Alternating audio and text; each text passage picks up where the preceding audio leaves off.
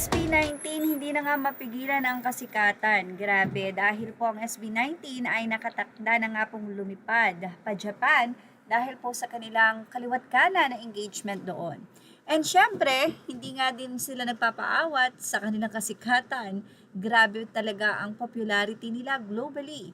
Matapos nga nilang i-conquer ang USA at heto na naman at gagawa na naman sila ng panibagong history. Ito ay ang kanilang nga pong performance na inaabangan na nga po sa Summer Sonic sa Japan. Pero bago yan, ay opisyal na ngang inanunsyo na ang SB19 ay nakatakda ngang mapanood sa nasabi nga pong first ever live television appearance nila sa Japan sa darating na Thursday, August 13 sa Nippon TV's popular nationwide morning show na Day Day.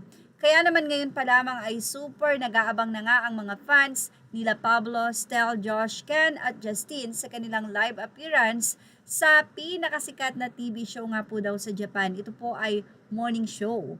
Anyway, sinasabing eksaktong 10:25 AM nga daw po, Japan Standard Time, at dito naman sa Pilipinas ay 9:25 AM ang lawless live performance ng Mahalima. Syempre, kahit na nga po super busy ang schedule ng SB19 sa Japan next week, pagkatapos kasi ng kanilang TV guesting na yon ng P-Pop Kings, ay 2 days na magkasunod na performances naman ang kanila nga pong gagawin sa Summer Sonic 2026 Music Festival. So August 14 ay nasa massive stage sila ng nasabing Music Fest sa Osaka at mapapanood naman ang grupo sa Pacific Stage sa Tokyo on August 15. After ng Summer Sonic ay inaabangan naman din ang first ever Solo Japan meeting naman nila. Ang kanilang fan meeting naman ng P-pop group na I Was There Thanksgiving fan meet na gaganapin naman sa KT Zepp Yokohama in Kanagawa sa August 18, 2026. Ang grabe, sobrang kanila nga pong busy.